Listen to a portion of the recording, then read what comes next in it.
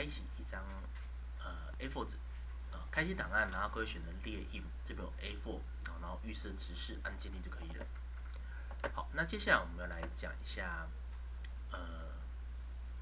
形状工具。好，各位在工具面板里面这边有叫形状工具，按住标范之后，里面这有好几个形状，你可以绘制出矩形，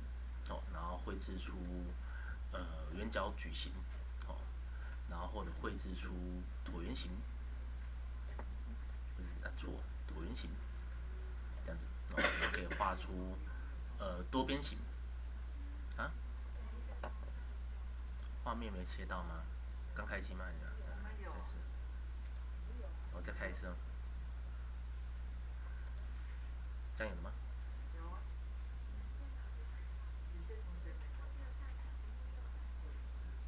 哦，那可能是他那边连接有问题，可能看一下旁边同学，然后反映给校方，可能看是不是线路有问题，对，我再做一次哦，我看一下，电脑开机哦。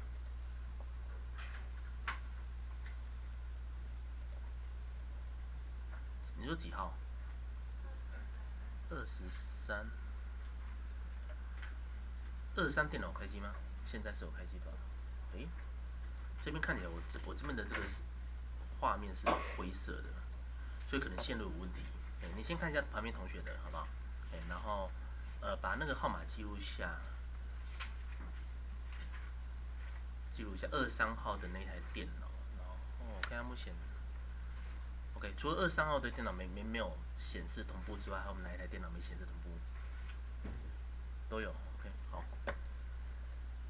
好，那 OK， 好，我们先继续哦。那同学先看一下旁边的哦 ，OK， 好，好，那这个形状工具来讲的话，各位看它画出来啊，旁边的面板，这个图层面板它会变成是长这个样子的，它属于类似那种向量的档案 ，OK 哈。那再来也可以画出这种直线工具，这个直线的线段，所以一般来讲，这种线段会有锚点跟线条，所以叫线段工具，或者是形状工具。那这边有制定形状，制定形状呢，这边要结合上方工具面板这里，这边有很多不同的这种形状，好，那各位可以理解一下那种泡泡椅那种物件这种拉出来就可以拉出一个帆船啊之类的，然后呢，这边应该可以载入更多，因为这新版的，这边，跟这里我看恢复预设形状，没有，以前反正旧版的比较多，没关系。那这个是等一下里面目前现在内建的相对比以前少很多了，现在就是一些这种帆船啊，或是动物的形状。好，那这个物件呢，我们先回到上面这物件我们在画的时候啊，它本身可以去做一些组合。各位看，像目前在使用上，各位看属性面板这里下拉这边可以新增形状，所以你每次画的时候都是独立的一个图层，看它一直不断新增图层。好，那如果说我今天要做组合，比如说我今天要组合形状，那我跟这个做组合，那我这样拉的时候，你看它会在同一个图层上，那画出来就是同一个物件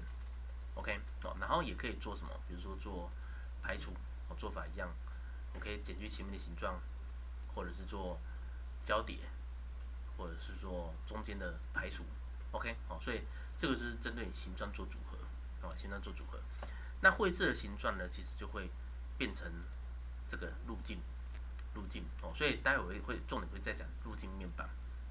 好，那我们先回来这里，这个是形状工具，来，请大家先试着先操作看看，简单操作一下就好，因为这个形状工具其实功能性不强，不过我大概讲为什么，来，画面还给各位。